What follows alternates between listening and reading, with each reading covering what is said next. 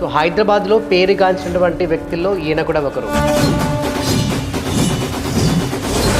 కిషన్ కాక పోయినాక కిషన్ కాక కుటుంబం అంతా ఒంటరిది అయిపోయిందని చెప్పేసి మాట్లాడుకుంటున్నాం. నిజమేనా? అటు భర్త చూస్తే భర్త చనిపోయిండు,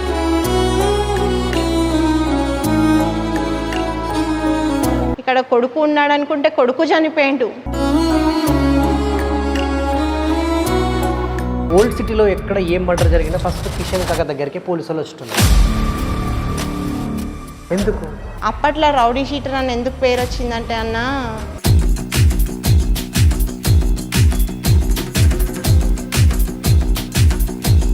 ఒకవేళ ఇప్పుడు కిషన్ కాక లేడు, ఆయన పెద్ద ఆయన ఉన్నాడు కాబట్టి ఆ భయానికి ఎవరు రాలేదు. ఇప్పుడు ఆయన లేడు కాబట్టి వాళ్ళకి ఎవరు లేరు, ఆడవాళ్ళే కదా అనే ఒక ఆలోచనతో వచ్చి గుడిని లాక్కునే ప్రయత్నం చేస్తే ఏం చేస్తారు? నేను కూడా కంపల్సరీ మా నాన్న కట్టించిన గుడి కోసం నేను పోరాడతా. ఆ అమ్మవారు నాకు కలిగించాలని కోరుకుంటున్నాను.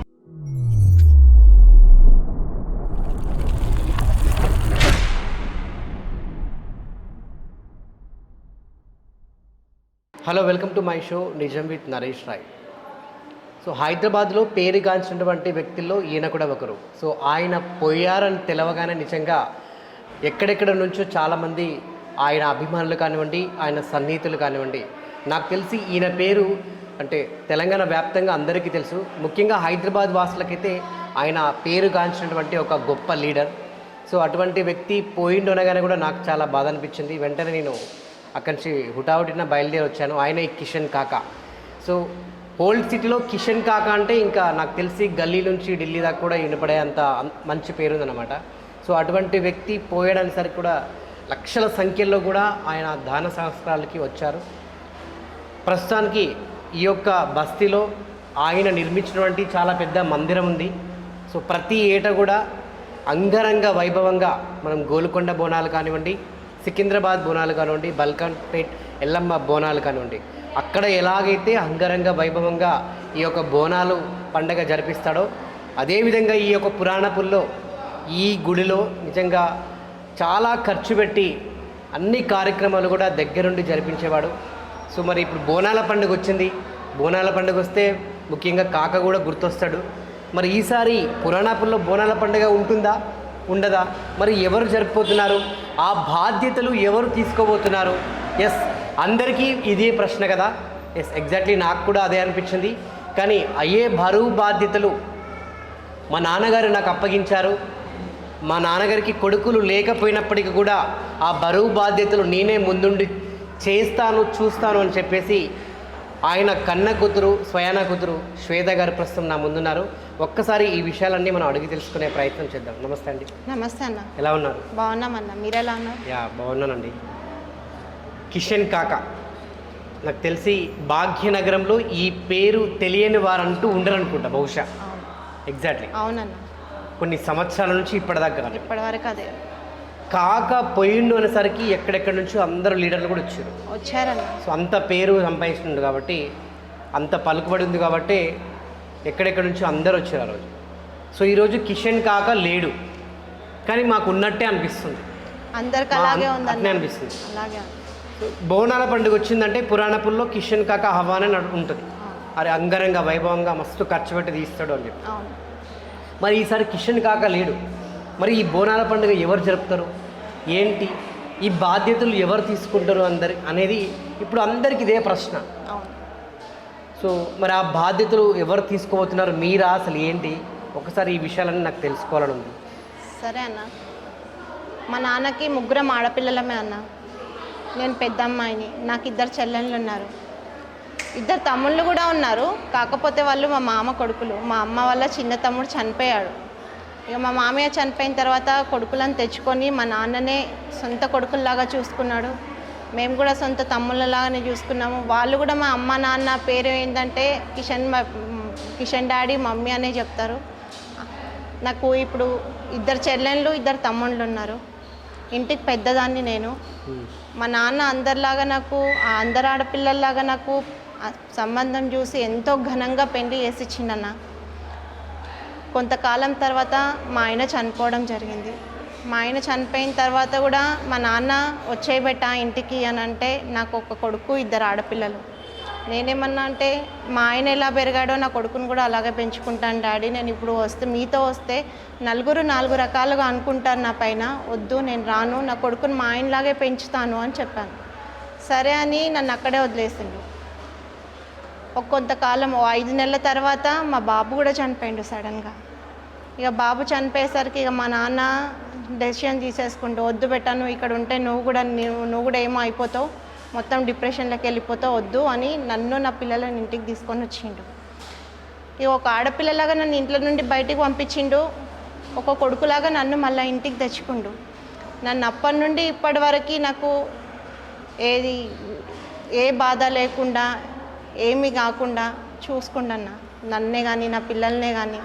నా పిల్లల్ని కూడా తన సొంత కూతుర్లలాగానే చూసుకుంటూ, కానీ నా బిడ్డ కూతుర్లు అన్నట్టు ఎప్పుడు చూడలేదు. వాళ్ళకి ఇంత చిన్న బాధ కూడా కలగనీయలేదు ఇప్పటివరకు. వాళ్ళ నాన్న అంటే ఏందో కూడా వాళ్ళకి తెలియదు, అలా చూసుకున్నాడు.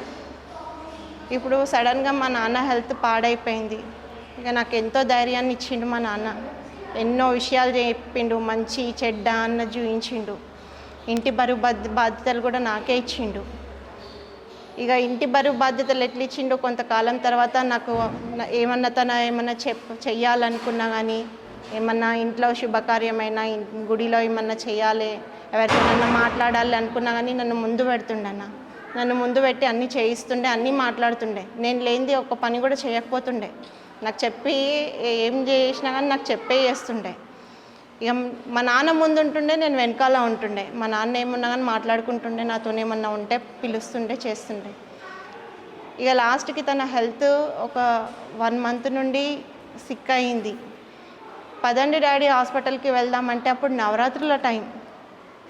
ఆయన గుడి కట్టించినప్పటి నుండి అమ్మ అమ్మ అమ్మ గుడి అన్న ధ్యాసలనే ఉంటుండే. తన ఇంటి కోసం కూడా తను పట్టించుకోకపోతుండే. తనకంటూ ఒక సొంత ఇల్లు లేదు. ఇప్పుడు మేమున్న ఇల్లు మా అమ్మమ్మ వాళ్ళది, కానీ ఇప్పటి వరకు మాత్రం ఇంత పెద్ద బస్తీ ఉంది కానీ ఒక్క ఇల్లు కూడా తీసుకోలేదు, కట్టించుకోలేదు. ఇక అమ్మవారి పూజలు అవుతున్నాయి, నేను ఇక్కడ ఉండకపోతే అక్కడ పూజలు ఎట్లా అని చెప్పేసి హాస్పిటల్కి పోకుండా ఇంట్లోనే సిక్కుగా ఉండి అమ్మవారికి పూజలు అవుతున్నాయా లేదా అని పంతులకి అడగడము, ప్రసాదాలు వస్తున్నాయా అని అడగడము, నాకు కొంచెం ప్రసాదం పంపి అని. ఆ అమ్మవారికి 9 రోజులు ఆయన పూజలు జరిపించిన తర్వాత 9 రోజులు ఆయన ప్రసాదం తిని అప్పుడు ఇంట్లో నుండి బయటికి హాస్పిటల్కి వెళ్ళిండన్న. హాస్పిటల్కి వెళ్ళి మళ్ళీ నేను మా నాన్న అదే స్థితిలో తీసుకొని వచ్చిన. అప్పటి వరకు అమ్మ అమ్మ అనే తప్పించిండు. హాస్పిటల్లో కూడా బెడ్ పైన పడుకొని కూడా అమ్మవారి అప్పుడు అయ్యప్ప స్వామి టైం, అయ్యప్ప పూజల టైం. ఆయన ప్రతి సంవత్సరం మాల వేసుకునేవాడు. ఒకవేళ మాల తను వేసుకోకున్నా కానీ ఈ మణికంఠ ఆశ్రమం అనేది మనది ఉంది. ఆ మణికంఠ ఆశ్రమంలో మన బస్తీవాసులు అందరూ ఇక్కడనే ఇస్తారు మాలలు, మన గుళ్ళోనే ఇస్తారు. వాళ్ళకి ఎట్లా రేషన్ ఎట్లా, వాళ్ళు ఎట్లా చేసుకుంటున్నారు, పిల్లలు ఎట్లా వండుకుంటున్నారు, నేను కూడా మాల వేసుకుంటా, నాకు మంచి అయిపోయిన తర్వాత నేను కూడా వస్తా అని మొక్కిండు. ఇక తనకి ఏమనిపించిందో ఏమో ఒకసారి బాగా పిలిచి దగ్గరికి పిలిచి బాగా ఆలోచిస్తుంటే, ఏం డాడీ ఎందుకు అట్లా ఆలోచిస్తున్నాను అంటే, ఏం లేదు బెట, నేను నీకు ఒక మాట చెప్పాలనుకుంటున్నా అంటే చెప్పండి అన్న. నిన్ను ఒక కూతురులాగా బయటికి పంపించిన కొడుకులాగా ఇంటికి తెచ్చుకున్నా నాన్న. నాకు ఇప్పుడు కొడుకులు అంటూ ఎవరు లేరు. కొడుకైనా బిడ్డవైనా నువ్వే మొత్తం నాకు. ఇప్పుడు నేను ఇంటి బరువు బాధ్యత నీకు ఎట్లా అప్పచెప్పినా, నువ్వు ఎట్లాంటివి ఏ విధంగా చేస్తున్నావో నేను మీద నమ్మకం ఉండి నేను అన్నీ అప్పగించిన. మనకి గుడి కూడా ఉంది, మనకి ఇల్లే కాదు, నా బాధ్యత గుడి కూడా ఉంది. నా బాధ్యతలు ఎన్నో ఉన్నాయి. ఇంకా గుడిలో చేయాల్సిన కార్యక్రమాలే కానీ, బోనాలే కానీ, నవరాత్రులే కానీ ఇంకా చాలా ఉన్నాయి. నీ మీద నాకు చాలా నమ్మకం ఉంది, చేస్తావన్న నమ్మకం నాకు చాలా ఉంది. నీకు ఈరోజు గుడి బరువు బాధ్యతలు నేను అప్పచెప్తున్నా. నేను ఉన్నప్పుడు ఎట్లా నేను పక్కకు పెట్టుకొని చేస్తున్నాను, నీకు ప్రతి ఒక్కటి చూపించిన. నేను ఏ కార్యక్రమం ఎట్లా చేస్తారో, ఏది ఎట్లా చేయాలో మంచి చెడ్డ మొత్తం చూపించిన. ఇప్పుడు నా బాధ్యత నువ్వు తీసుకొని మొత్తము నేను ఏ విధంగానైతే చేస్తానో ఆ విధంగా చేస్తా అని నాకు మాట ఇయ్యని నా ప్రామిస్ చేయించుకున్నాను నాతో. నేను అప్పుడు ఏమనుకున్నా అంటే, మా నాన్న మాట్లాడుతున్నాడు, సరే డాడీ నువ్వు ఉన్నప్పుడు నేను నీ పక్కకే నించున్నా, ఇప్పుడు కూడా ఇక ముందు కూడా నీ పక్కకు నించుంటాను. నేను నించున్నాను కాదు, కంపల్సరీ నిలబడతా అని నేను కూడా ప్రామిస్ చేసినాను. దాని మా నాన్న అట్లా ఎక్స్పైర్ అయిన తర్వాత నాకు అర్థమైంది ఆ ప్రామిస్ ఎందుకు తీయించుకున్నాడో అని. నేను ఆ రోజు ప్రామిస్ మా నాన్నకు చేసిన. మా నాన్నకు నేను మాట ఇచ్చిన ప్రకారం నా గొంతులో ప్రాణం ఉన్నంత వరకు మా నాన్న ఏ విధంగానైతే అమ్మవారికి సేవ చేసుకుంటుండేనో, గుడి ఎట్లా మెయింటెనెన్స్ చేస్తుండేనో, గుడిలో పూజా విధానాలే కానీ ఎట్లా జరిపిస్తుండేనో, ప్రత్యేకంగా బోనాలు అంటే బయట గల్లీ గల్లీ నుండి తీసేవాళ్ళు. అట్లా కాకుండా పురాణ పూల ప్రత్యేకత ఏంటంటే మొత్తం కిషన్ కాక చేతుల మీదకే నడిచేటివి. ఏదైనా కానీ తను ముందుండేది చేయించేటోడు. మా నాన్న స్థానంలో నిలబడి బస్తీవాసులు మా నాన్నకి ఎట్లా సహకరించి మా నాన్నతో ఎట్లా ప్రోత్సాహం చేసి మా నాన్నను ముందు నడిపించిరో మా నాన్న స్థానంలో నేను నిలబడి కంపల్సరీ చేస్తాను. ఓకే. సో కిషన్ కాక పోయినాక కూడా చాలామంది ఈ బస్తీ వాళ్ళే ఈ యొక్క గుడిని లాక్కుందాము, ఈ గుడిని కబ్జా చేద్దాము, ఈ గుడిని మన సొంతం చేసుకుందాము, ఇక మనకు అడ్డు ఎవరు లేరని చెప్పేసి చాలామంది ప్రయత్నాలు చేశారని చెప్పి విన్నా. నిజమేనా? అది లోపల ఉండొచ్చు అన్న, నాకు తెలీదు. లోపల ఉండొచ్చు. ఇప్పుడు ఎవరి మనసులో ఏముందో ఏం చెప్పలేము. తను ముందు మాత్రం ఎవరు మాట్లాడకపోతుండే. ఇప్పుడు నా ముందు మాత్రం కూడా ఎవరు మాట్లాడలేదు. అట్లా నాతో కూడా ఎవరు అనలేదు మేము చేస్తామని. ముందుకు మాత్రం ఎవరు రాలేదు. హాస్పిటల్లో నేను మా నాన్నకి ఇచ్చిన మాట ప్రకారం బస్తీలో మీటింగ్ జరిగినుండే. మరి ఈ గుడికి ఎవరు ముందుకొస్తారు, మరి కిషన్ కాక లేడు, మరి ఎవరు చేస్తారు అన్న తరుణంలో వాళ్ళు మీటింగ్ పెడితే నేను ముందుకు రావడం జరిగింది. నేను చెప్పిన మా నాన్నకు నేను హాస్పిటల్లో మాట ఇచ్చిన. చివరి కోరిక తనది అదే. ఆయన చివరి కోరిక ప్రకారం నేను మా నాన్న స్థానంలో నిలబడి ఆయన ఏ పద్ధతి ప్రకారం అయితే చేస్తుండేనో నేను కూడా అదే పద్ధతి ప్రకారం నిలబడి నేను కంపల్సరీ చేస్తా. కానీ అందరు అనుకుంటుండొచ్చు కొన్ని పూజా విధానాలు నువ్వు చేయొద్దు అని అనుకుంటుండొచ్చు. కానీ మా నాన్న అమ్మవారి ముందు చెప్పిండన్న, రంగంలో చెప్పిండు. ఇప్పుడు నాకు చేతనైతలేదు, నా జగల కొడుకులనని నేను ఇద్దరిని తెచ్చుకున్నా. నాకు సేవ చేయాలని నేను ఉంటామ్మా, నేను ఉండనని కాదు. నేను ఉంటూ కూడా నా కొడుకులను పక్కకు పెట్టుకొని నేను చేయిస్తా, మీకు సంతోషమేనా అని ఆ అమ్మవారిని అడగడం జరిగింది. ఆ అమ్మవారు కూడా ఆశీర్వాదం ఇచ్చింది. ఇప్పుడు నేను కూడా అదే అంటాన్నా. నేను నాతో పాటు నేను మా నాన్న స్థానంలో నిలబడి మా ఇద్దరు తమ్ముళ్ళని కూడా కలుపుకొని బస్తీవాసులందరినీ కొడుకులు బిడ్డలనే అంటుండే. ఇప్పుడు నేను కూడా అదే అంట. ఈ బస్తీవాసులందరూ నా అన్నలు తమ్ముళ్ళు అక్కలు చెల్లెళ్ళే అంట.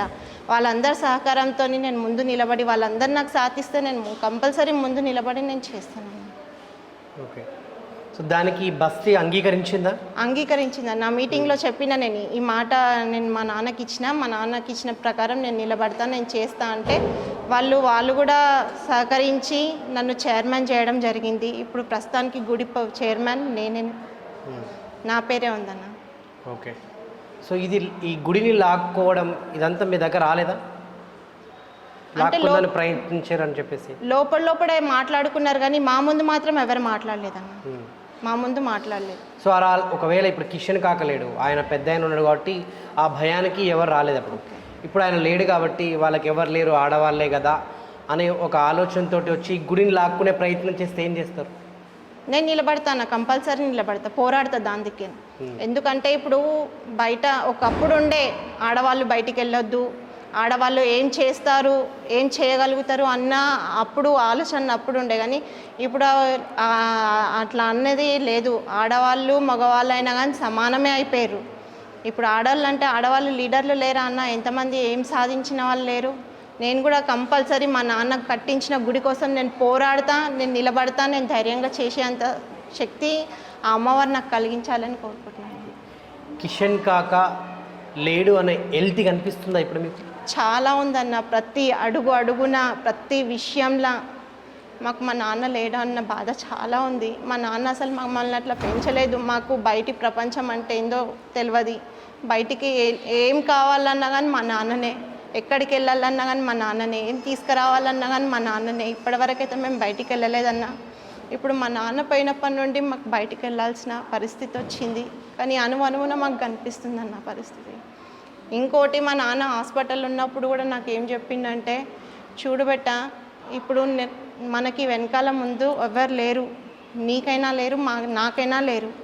ఇప్పుడు మీకేమన్నా సడన్గా ఆపద వస్తే ఫస్ట్ అరవింద్ కుమార్ గౌడ్ అని ఉన్నారన్న. తనకు పెద్దనాన్న అనే పిలుస్తాం మేము అప్పటి నుండి అయినా కానీ. తనైనా కానీ డాడీని సొంత తమ్ముళ్ళలానే చూసుకుంటూ, వాళ్ళ తమ్ముళ్ళనన్నా చూసుకోలేడేమో కానీ మా నాన్నని మాత్రం సొంత తమ్ముడే అని అంటుండే. మా నాన్నకు చాలా ఒక బ్యాక్ బోన్ లాగా నిలబడుతుండన్న. తన పేరు చెప్పిండు, మీకు ఏమన్నా ఆపదైతే సగం రాత్రి ఏమన్నా అయితే పెద్దాడి దగ్గరకు ఓ బిడ్డ, నాకు ఎట్లా చూస్తున్నానో మిమ్మల్ని కూడా అట్లనే. మేము ఎప్పుడన్నా పోతే మా పెద్దనాన్న మాకు బిడ్డల్లాగానే చూస్తుండే, ఎప్పుడూ ఏది కాదని లేదు. ఇప్పుడు మా నాన్నకి ఏదైతే గౌరవం ఇచ్చిరో, ఇప్పుడు మా నాన్న ప్లేస్లో నేను తిరుగుతున్నా కదన్న, వాళ్ళు నాకు కూడా అదే గౌరవం ఇచ్చిరన్న. నన్ను ఏం తక్కువ చూడలేదు. మా నాన్నకి ఏదైతే మా మర్యాదలు చేస్తుండేనో నాకు కూడా అదే మర్యాద ఇస్తున్నారు. దాని తర్వాత అంజన్ కుమార్ పెద్దాడి, వాళ్ళ ఇంట్లోనే పెరిగిండన్న. మంచి చెడ్డ అంతా వాళ్ళ ఇంట్లోనే నేర్చుకుంటూ, ఆ డాడీ కూడా మాకు చాలా సపోర్ట్ ఇస్తారు. దాని తర్వాత ఇప్పుడు గొల్లకిట్ అంకుల్ మారేడుపల్లి, ఆయన కూడా ఎంతో సపోర్ట్ ఇస్తాడన్న మాకు వీళ్ళందరూ మాకు బ్యాక్ బోన్ లాగా, మా ఫ్యామిలీ మెంబర్స్ లాగా. లడ్డు యాదవ్, సన్నీ అన్న, కుమార్ అన్న, వీళ్ళు ఎప్పుడూ నీకు పోయినా కానీ ఒక చెల్లెలాగా ఒక కూతుర్లలానే చూసుకుంటారు బెట.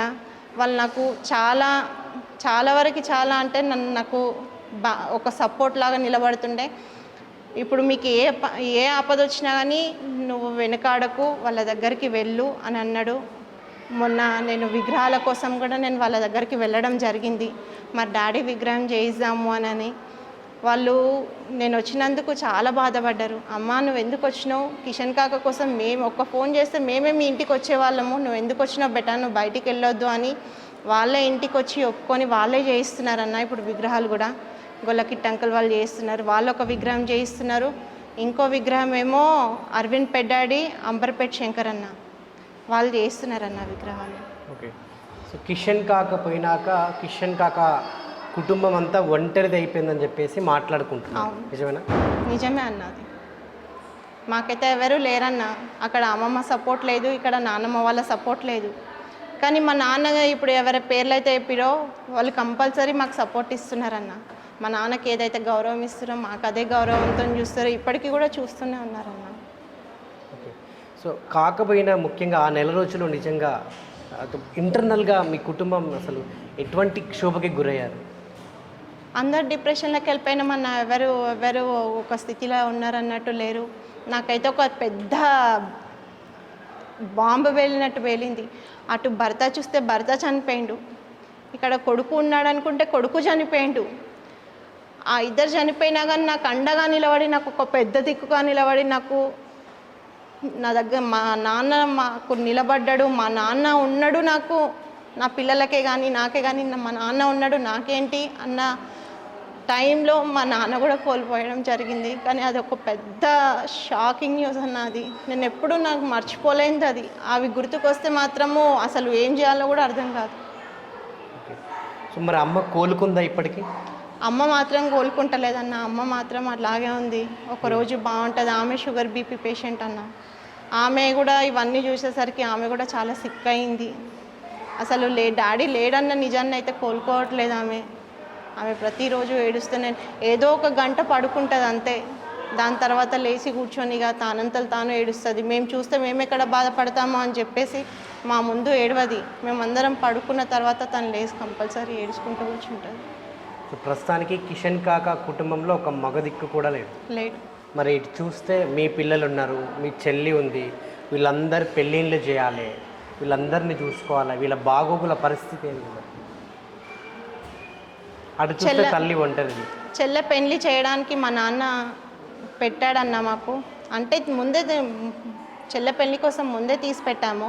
మేము ఏం ఆలోచన చేసామంటే సమ్మర్లో ఇల్లు కట్టిన తర్వాత చెల్లె పెళ్లి వేద్దామన్నట్టు నాన్న డబ్బులు నాకు తెచ్చి ఏదైనా సరే నా చేతుల మీదగానే ఇస్తుండే.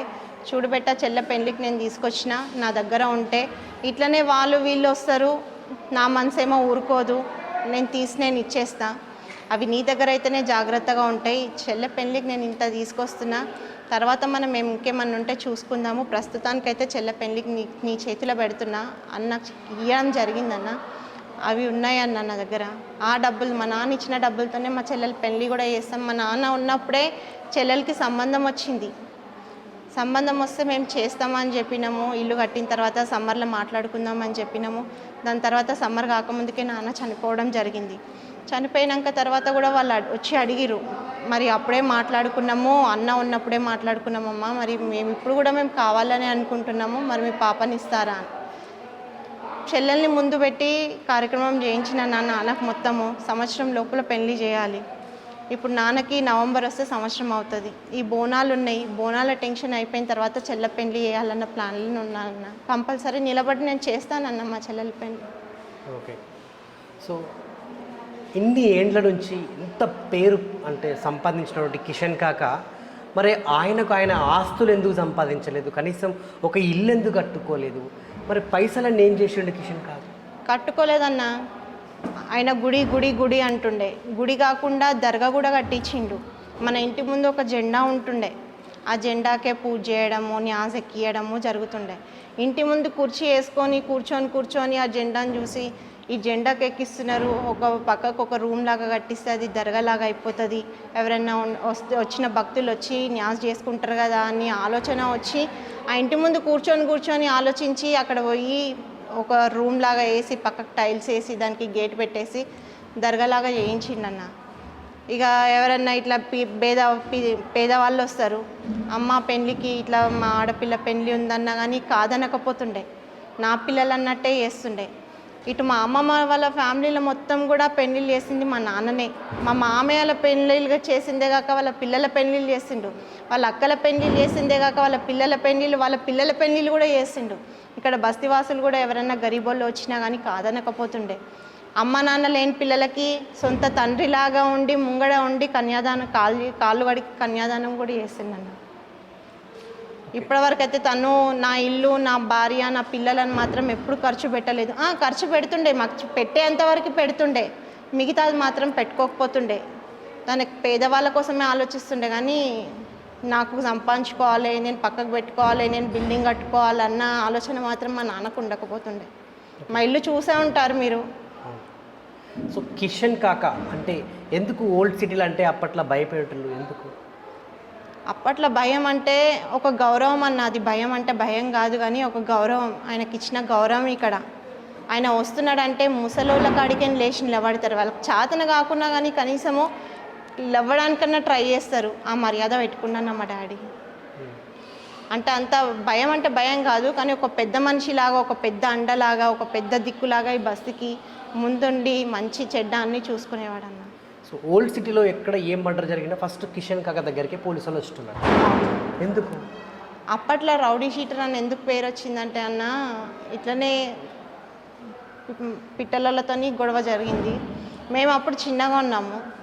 అయితే మా పెద్దనాన్న వాళ్ళు ఎవరో సావుకి వెళ్తే మా బాబాయ్కి ఇక్కడ గొంతు కోసేసిరు. పిట్టలు వాళ్ళు కొట్లాడి ఏం గొడవ అయిందేమో కోసేసిరు.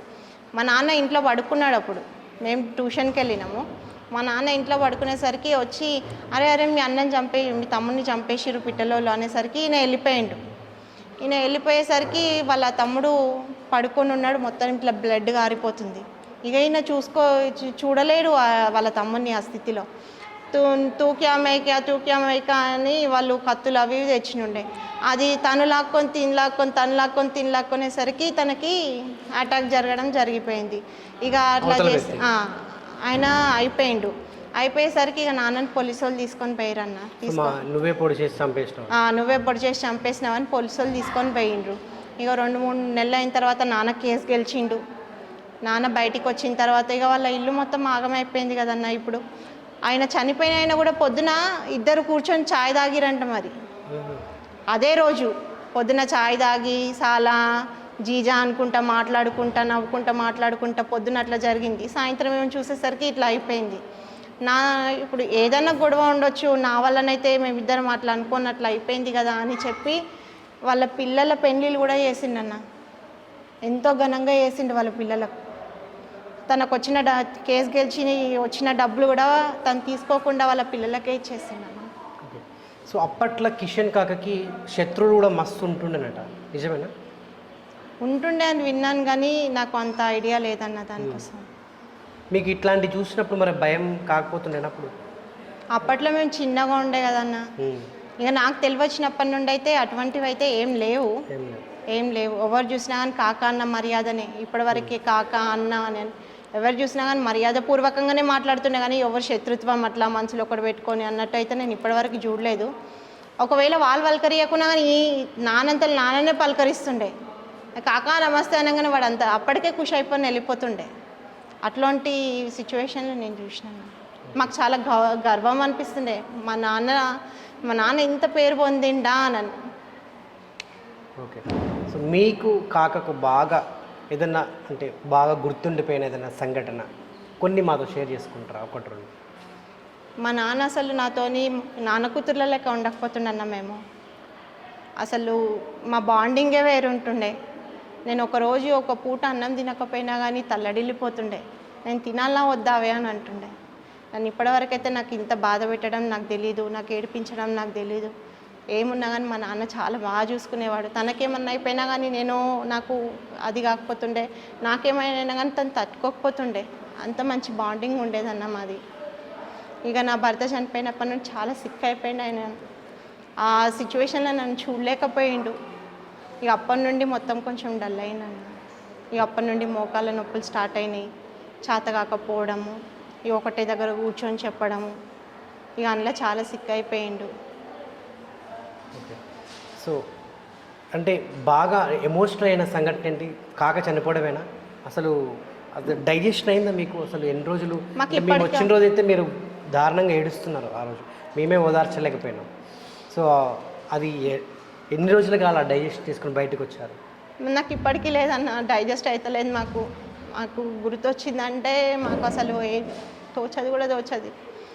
మాకు ఆ దుఃఖం ఆగది. మా నాన్న ఆ టైంలో నేను మా నాన్నని బయటికి తీసుకెళ్ళినా అంటే నా పిల్లల్ని కూడా వదిలేసినా. నేను ఇంటికి వచ్చి మా నాన్నలు ఎలాగైతే నేను హాస్పిటల్కి తీసుకుపోయినా, నెల రోజులు మా నాన్నతో పాటే హాస్పిటల్లో ఉన్నా. కనీసం నేను స్నానం చేయడానికి కూడా నేను ఇంటికి రాకపోతుండే. మా నాన్న దగ్గరే ఉంటుండే, మా నాన్న దగ్గరే తింటుండే. నేను నైట్ అంతా మెలుకుంటుంటే ఎందుకే పడుకుంటాలో అని అంటే, నేను ఎక్కడ పడుకోవాలి డాడీ అంటే, నేను కుర్చీ పైన కూర్చుంటాను, నువ్వు వచ్చిన బెడ్ పైన వండుకో అంటే నేను ఏమైనా పేషెంట్ నానేదాన్ని. నేను అంత మంచి బాండింగ్ ఉండేదన్న. ఇక సడన్గా అట్లా అయిపోయేసరికి మాకు ఒక పెద్ద రాయి పడ్డట్టు అయింది. మాకు అసలు ఏం చేయాలనో కూడా తోచేదన్న. కాళ్ళు చేతులు ఆడాయి, బయటికి వెళ్ళాలనిపించదు. అసలు ఎట్లా బ్రతుకుతున్నామో మాకే తెలీదు. మరి మీరు ఎట్లా బ్రతుకుతున్నారు, మరి ఏం చేస్తున్నారు, మరి ఎట్లా ఉంటున్నారు అని కూడా ఇప్పటివరకు అయితే ఎవరు రాలేదు. అదే అడుగుదాం అనుకుంటున్నాను నేను. సో చూస్తే అంత ఇంట్లో ఆడపిల్లలు, సో అమ్మనో మంచాల పడిపోయింది, ఇటు చూస్తే ఎవరు బయటికి పోలేని పరిస్థితి, చిన్న పిల్లలు ఉన్నారు. ఎట్లా గడుస్తుంది మీకు? పైసలు ఎట్లా వస్తాయి? పూట ఎట్లా గడుస్తుంది? కొన్ని ఉన్నాయి అన్న, కొన్ని దగ్గరికి ఏం డబ్బులు వస్తాయి, రెంట్ డబ్బులు వస్తాయి, దాని మీద బ్రతుకుతామన్నా మేము. ఇక తమ్ముడు వెళ్తాడు జాబ్కి. నేను ఇక్కడికి వచ్చినప్పుడే మా నాన్నతో అన్నాను, డాడీ నేను జాబ్ చేస్తాను డాడీ, నేను బయటికి వెళ్ళి పిల్లలు పెద్దగా అవుతున్నారు, నీకెంతగానో మన భారం పెట్టాలి, నాకే మంచి అనిపిస్తలేదు డాడీ, నేను బయటికి వెళ్ళి నేను జాబ్ చేస్తానంటే నాతో ఒక్కటే మాట అన్నాడన్న, నేను మిమ్మల్ని అట్లా పెంచలేను బెట్ట, నువ్వు బయటికి వెళ్తే నేను తట్టుకోలేను, నా గొంతులో ప్రాణం ఉన్నంత వరకు నువ్వు బయటికి వెళ్ళకు, నీకు ఏదైనా కానీ నేను తెచ్చింది తిను, కానీ నువ్వు బయటికి వెళ్తే నేను భరించలేను, నేను బతుకున్నంత వరకు నువ్వు బయటికి వెళ్ళొద్దు, నువ్వు ఇంట్లోనే ఉండాలి అని అన్నాడు.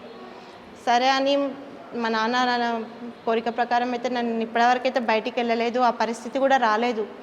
మా నాన్నల చనిపోయిన తర్వాత కూడా నేను బయటికి వెళ్తా అన్నా, నేను బయటికి వెళ్తా మమ్మీ, నేను జాబ్ చేస్తా అంటే మా అమ్మ కూడా ఇప్పటికి అదే మాట అంటుందన్న, మీ డాడీ కాదు బెట్ట, నేను కూడా అదే మాట మాట్లాడతా, నా గొంతుల ప్రాణం ఉన్నంత వరకు కూడా నువ్వు బయటికి వెళ్ళి పని చేయొద్దు, నువ్వు బయటికి వెళ్ళొద్దు, నా దగ్గర ఉన్నదో లేదో నువ్వు తిని ఉండు, కానీ నువ్వు మాత్రం బయటికి వెళ్ళొద్దు, మనం ఉన్నంత దాంట్లోనే సరిపెట్టుకుందాం అని చెప్పేదన్న మా అమ్మ కూడా. ఇప్పుడు నేనైతే ప్రస్తుతానికి నేను అమ్మ దగ్గరనే ఉంటాను ఇంట్లో. తమ్ముడు జాబ్కి వెళ్తాడు, అటు ఇటు రెంట్ డబ్బులు వస్తాయి, దాంతోపాటు కొంచెం ఫైనాన్స్ ఇస్తుంది అమ్మ, దాంతో నడుచుకుంటున్నాం అన్న ఇల్లు. కాకుతో బాగా మీరు ఎమోషనల్ అయిన సిచ్యువేషన్స్ ఏమైనా ఉన్నాయా ఉన్నప్పుడు? అంత ఎమోషన్ అయితే ఏం లేకుండా నా భర్త చనిపోయినప్పుడు, నా బాబు చనిపోయినప్పుడే నన్ను అంటే నాకు బాధ తెలియకుండా నా ముందు వాళ్ళు ఏడ్చేవాళ్ళు కాదు. ఇప్పుడు నేను బాబు ఆయన ఎలా చనిపోయాడు? బాబుకి కూడా సడన్గా మంచిగా ఉన్నాడన్న. సడన్గా ఫీవర్ వచ్చింది. ఫీవర్ వస్తూ దాంతోపాటు చలి వచ్చింది. చలి ఫీవర్తో పాటు ఒకటేసారి హై ఫీవర్ బ్రెయిన్కి ఎక్కి పిట్స్ అటాక్ అయ్యిండన్న. పిట్స్ అటాక్ అయ్యి ఒక వారం రోజులు ఉన్నాడు. వారం రోజుల తర్వాత సీదా డెడ్ బాడీ ఇచ్చారు చేతికి. మీ వారు? మా వారు అప్పటికి చనిపోయారు కదన్న. ఎట్లా ఎలా? మా వారు కూడా సడన్గా హార్ట్ స్ట్రోక్ వచ్చిందన్న. మేము ఇక్కడ లేకుండే, పెళ్ళికి యాదగిరిగుట్టకు వెళ్ళినుండే. అక్కడ మా మామయ్య కొడుకుది పెళ్ళి ఉండే. సరే అని చెప్పేసి యాదగిరిగుట్టకు వెళ్ళినాము. పెళ్లి కొడుకుని చేసినాము, అంత మంచిగా ఉంది. దర్శనం చేసుకున్నాము, అంత మంచిగా ఉంది. తింటా అని చెప్పిండు, తిన్నాడు. తినగానే ఆయాసం వస్తుంది అని అన్నాడు. అంటే ఇప్పుడే తిన్నావు కదా, ఆయాసం వస్తున్నట్టుంది, కొంచెము అక్కడిక్కడ వాకింగ్ వెయ్యి అని అంటే సరే అని బయటికి వెళ్ళిండన్న. ఒకటేసారి దమ్ము రావడం స్టార్ట్ అయింది. ఆ దమ్ము వస్తూ కడుపు ఎలా ఉబ్బిపోయిందంటే ఎంతలా ఉబ్బిపోయింది. గ్యాస్ ట్రబుల్లో ఏమో మరి ఇంతలా ఉబ్బిపోయింది. ఇక దమ్ము తీయడం స్టార్ట్ చేసిండు. అది మిడ్ నైట్. అక్కడ యాదగిరిగుట్టలో మాత్రం ఎవరు హాస్పిటల్స్కి ఇట్లా ఏం లేకుండే ఆ టైంలో. ఒక హాస్పిటల్ ఉంటే ఆ దగ్గర తీసుకువెళ్తే ఆయన ఏమన్నాడు, సీరియస్ కేసు ఇది, వేరే హాస్పిటల్కి తీసుకెళ్ళండి అంటే ఆ మిడ్ నైట్ ఎక్కడికి తీసుకెళ్ళాలి, భువనగిరి హాస్పిటల్కి తీసుకెళ్ళామన్నా. ఇక అప్పటికి చాలా హెవీ అయిపోయింది అది. ఇక బండిపైకి దిగడానికి రావట్లేదు. ఇక నేను పట్టుకుంటే 2 చేతులు నా తలపైన పెట్టి, నువ్వు మంచిగా బ్రతుకు, పిల్లలు జాగ్రత్త, నువ్వు మంచిగా ఉండు, నేను వెళ్ళిపోతా అంటే, నువ్వు పిచ్చా నీకేమన్నా వెళ్ళిపోతాను ఎందుకంటున్నావు, గీంత దానికి వెళ్ళిపోతారా, ఏం కాదు హాస్పిటల్కి వచ్చినాం కదా తగ్గిపోతుందిలే, మంచిగా అయిపోతావు అని అంటూనే ఉన్నా. లోపలికి తీసుకొని పోతున్నారు, దమ్ము వస్తూనే ఉంది. వాళ్ళు లోపల ఏం మాట్లాడుకున్నారు, ఇది సీరియస్ కేసు, అంబులెన్స్ మాట్లాడుకోండి, మేము అప్పటిదాకా ఆక్సిజన్ పెడతాము, పెద్ద హాస్పిటల్కి తీసుకెళ్ళండి అని లోపల మాట్లాడుకొని నన్ను బయట నించోబెట్టేసారు. నేను ఏమవుతుంది అనే లోపు నన్ను చూసుకుంటూ నా కళ్ళ ముందే నన్ను చూసుకుంటూ కళ్ళు కిందికి వేసేసారు. ఇక నాకు ఆ టైంలో ఏమైందో, 1 గంట సేపు 2 గంటల సేపు నేను మనిషిని కాలేదు. తర్వాత నాకు ఏమైందో ఏమో నాకు తెలియదు కూడా. ఆ టైంలో కూడా నా వెంబడి ఎవ్వరు లేకుండా అన్నా, నేను ఒక్కదాన్నే ఉండే, నాకు 3 అన్నలు ఉండే. ఇక తర్వాత మా ఫ్యామిలీ అంతా రావడం జరిగింది. ఇక ఆ టైంలో ఇక వాళ్ళందరూ వచ్చిన తర్వాత నన్ను స్పృహ వచ్చింది. తర్వాత ఇక తీసుకొని వచ్చిన తర్వాత ఇక ఎట్లా అంటారన్నా, ఇక తీసుకొని పోయి చంపుకొని తెచ్చింది అన్నట్టు నా మీద ఎన్నో అబండాలు వచ్చినాయి. ఎంతోమంది ఎన్నో మాటలు అన్నారు. అయినా కానీ మా నాన్న ఇట్లా మాట్లాడుకుంటున్నారు, బెట్ట మరి ఇంటికి రా నువ్వు అని అంటే, నేను రాను, ఇప్పుడు నేను వస్తే వాళ్ళ అన్న మాటలన్నీ నిజమైపోతాయి డాడీ, నేను రాను అని నింద పెట్టుకొని మాత్రం నేను రాను. మా ఆయన ఎలా పెరిగాడో ఈ బస్తీలా, నాకు ఒక కొడుకున్నాడు కదా, నా కొడుకుని కూడా అట్లనే పెంచుకొని నేను ఇక్కడే ఉంటాను, ఎంత కష్టమైనా పర్లేదు డాడీ అని చెప్పాను. ఇక సరే నీ మాట ఎందుకు కావద్దని నన్ను అక్కడనే వదిలేశారన్న. వదిలేసిన తర్వాత ఒక 5 months తర్వాత బాబు కూడా చనిపోయిండు సడన్గా. ఇక బాబు 5 monthsకే బ్యాక్ టు బ్యాక్ ఈయన చనిపోయిన దాంట్లోకి కోలుకోకన్నా ముందుగానే బాబు కూడా మంచిగా ఉంటూ చలి వస్తుంది అన్నాడు. ఫస్ట్ చలి వస్తుంది అంటే, ఎందుకు చలి వస్తుంది, అప్పటికే ఇట్లా వణికిపోతున్నాడు మొత్తం. ఎందుకు నాన్న ఉంటూ చలి వస్తుంది అని దగ్గరికి తీసుకొని ఇట్లా పడుకొని పెట్టేసుకొని దుప్పటి కప్పేసరికి ఫీవర్ పట్టింది. అయ్యో ఫీవర్, అది కూడా మిడ్ నైటే. మరి మా ఇంట్లో ఎవ్వరు లేరు, మా చెల్లెలు మా 2 పిల్లలే ఉన్నారు చిన్నగా. మా చెల్లెలకి ఏమని చెప్పిన పక్కకంతా మా వాళ్ళే ఉంటారు, మా అత్తవారు. ఎవరినైనా పిలుచుకొని రాపోనన్నా, వీనికి చలి వస్తుంది అని తను పోయేసి వచ్చే లోపల ఫిట్స్ అటాక్ అయిపోయినాయి. ఇక హాస్పిటల్కి వెళ్ళేసరికి ఇక ఎవరి నెంబర్ కలుస్తలేదు. మా మరిది తీసుకొని వెళ్ళిండు హాస్పిటల్కి. అప్పటికి ఫిట్స్ వస్తూనే ఉన్నాయి. అప్పుడు ఫోన్ చేద్దామంటే మా అమ్మ నాన్న ఫోన్ కూడా కలుస్తలేదు. మళ్ళీ మా మామ కొడుకు ఫోన్ చేసి, నేను హాస్పిటల్లో ఉన్నాను, మమ్మీ డాడీని ఒకసారి రమ్మని, నాకు చాలా భయం వేస్తుంది అనేసరికి వాళ్ళు 3 అయిందన్న వచ్చిందాక. ఇక అప్పటికి ఫిట్స్ తక్కువైనాయి, మంచి పడుకున్నాడు. ఇక మా అమ్మ ఉన్నన్న ధైర్యం నాకుంది, పక్కకుంది కదా అని. ఇక 6 o'clock ఏమో ఎర్లీ మార్నింగ్ 6 o'clockకి లేచిండు. మళ్ళీ లేచి నవ్విండు, నన్ను ఎందుకు తీసుకొచ్చినావు మమ్మీ ఇక్కడ అని అన్నాడు. అవన్నీ లాక్కుంటుంటే, వద్దు బెట్టా లాక్కోవద్దు, నీకు జ్వరం వస్తుంది కదా అని అన్నాను. మా అమ్మని చూసి నవ్వి ఇక నా కొడుకు నాకు వడ్ల కళ్ళు మూసుకున్నాడంటే మళ్ళా బాబు కళ్ళు తెరవలేదన్న. ఇక మా అమ్మ ఏమన్నదంటే, పిల్లలు 2 ఉన్నారు కదా, నేను ఇంటికి లాక్ వేసేసి నేను ఇంటికి పంపించేస్తా బెట్టా నేను అని చెప్పి వెళ్ళిపోయింది. ఆమె వెళ్ళిపోయిన కొద్ది క్షణానికి మళ్ళీ దమ్ముడు ఇవ్వడం స్టార్ట్ చేసిండు బాబు. అప్పుడు కూడా నేను ఒక్కదాన్నే ఉన్నా. నాకు ఎక్కడ తోచుతలేదు. డాక్టర్ దగ్గరికి వెళ్ళి అడిగితే ఇది సీరియస్ కేసు అమ్మా, వేరే హాస్పిటల్కి తీసుకెళ్ళండి, చాలా సీరియస్ మ్యాటర్ ఇది అని అంటే, అరే రాత్రి అయితే అడ్మిట్ అయినాం, బాబుని చూస్తున్నాం, నైట్ మొత్తం ఆగిపోయింది, మళ్ళీ ఇప్పుడు మళ్ళీ ఎందుకు స్టార్ట్ అయింది అని అంటే, ఇది చాలా సీరియస్ కేసు అమ్మా, మేము పట్టించుకోము అని అన్నారు. మళ్ళీ అక్కడ నుండి ఆదిత్య హాస్పిటల్కి తీసుకెళ్ళినాం అంబులెన్స్లో. ఆదిత్య హాస్పిటల్కి తీసుకెళ్ళేసరికి అక్కడ ఒక్క బెడ్ ఖాళీ లేదు. పట్టుకున్న వాళ్ళ కాళ్ళు లేవు డాక్టర్స్కి, బాబుని కాపాడండి అంటే. ఇక నా ఏడుపు చూడలేక వాళ్ళు ఆ బెలూన్ పెట్టి పంపించడం జరిగింది, ఆక్సిజన్ పెట్టి బెలూన్ పెట్టి ఒక నర్స్నిచ్చి పంపించడం జరిగింది. అక్కడ నుండి రెయిన్బో హాస్పిటల్కి తీసుకెళ్ళిన. రెయిన్బో హాస్పిటల్కి తీసుకెళ్తే వాళ్ళు వెంటిలేటర్ పైన పెట్టిరన్న, ఎప్పుడు పోయిందో ప్రాణం తెలీదు. వెంటిలేటర్ పైన పెట్టి మంచిగా ఉండు అని ఒక 4 రోజుల దాకా పెట్టుకున్నారు. ఒక 4 లక్షలు తిన్నారు. తిని లాస్ట్కి డెడ్ బాడీ చేతికిచ్చి. సో అప్పుడు నాన్న ఉన్నాడు, నా దగ్గరే ఉన్నాడు. నాన్న నా దగ్గరనే ఉన్నాడు. ఇక బాబు చనిపోయిన తర్వాత నాన్న మా అత్త వాళ్ళ ఇంటికి దగ్గర నుండి తీసుకొని వచ్చేసింది. ఇక నువ్వు ఉంటే నువ్వు కూడా బ్రతుకోబెట్టా, ఇక్కడ నడువు, మంచి అయినా చెడైనా మన ఇంట్లోనే ఉందాము, నిన్నే కాదు నీ పిల్లలను కూడా చూసుకునే బాధ్యత నాదే అని చెప్పి నన్ను నా పిల్లల్ని తీసుకొని వచ్చేసింది. సో మరి ఈసారి బోనాల పండుగ మరి ఎట్లా జరిపించబోతున్నారు, ఏంటి? చేస్తానన్నా, మా నాన్న ఏ పద్ధతి ప్రకారం నిలబడి చేస్తున్నా నేను కూడా అదే పద్ధతి ప్రకారం నిలబడి చేస్తాను. కొంత కష్టం అవుతుంది. ఇప్పుడు నాన్న స్థాయిలో చేయాలంటే చాలా, ఆయన ఖాళీ కూర్చొని ఒక దగ్గర కూర్చొని చేయించేవాడు. ఇప్పుడు అంతా ఎవరికైతే లేదు. ఇప్పుడు నాకు కూడా చాలా కష్టమైన చేసే దాంట్లో చేయాలంటే మ్యాక్సిమం ట్రై చేస్తాను ఆయన చేసేటట్టు. ఆయన ఆత్మశాంతి ఉంటే మాకు అంతే చాలు. ఆయన లేకున్నా కానీ ఆయన ఉన్నట్టు ఊహించుకొని, ఆయన మా దగ్గరనే ఉన్నాడు, మా పక్కకే ఉన్నాడు, మాతోనే నిలబడి చేయిస్తున్నాడన్న ఉద్దేశంతో మేము చేస్తామన్న. కంపల్సరీ నేను నిలబడి చేస్తాను, నేను ముందుండి చూసుకుంటానని. Okay, thank you so much. ప్రతి ఏటా కూడా కాక లేకపోయినా కూడా ఆ బాధ్యతలన్నీ మీరు ఒక బాధ్యత వహించి ఒక కొడుకు స్థానంలో ఉండి అవన్నీ నేను చేస్తా అని ఇప్పుడు ముందుకు రావడం, తప్పకుండా అమ్మవారి ఆశీస్సులు మీ మీద, మీ కుటుంబం మీద ఉండాలని, తప్పకుండా అవన్నీ సక్సెస్ఫుల్గా మంచిగా బోనాల పండుగ జరగాలని నేను కూడా మనస్ఫూర్తిగా కోరుకుంటున్నాను. థ్యాంక్ యూ అన్న. మీ ఆశీస్సులు కూడా ఉంటాయి, అమ్మవారి ఆశీస్సులతో, మా నాన్న ఆశీస్సులతో కంపల్సరీ నిలబడి నేను చేస్తానన్న. Thank you so much.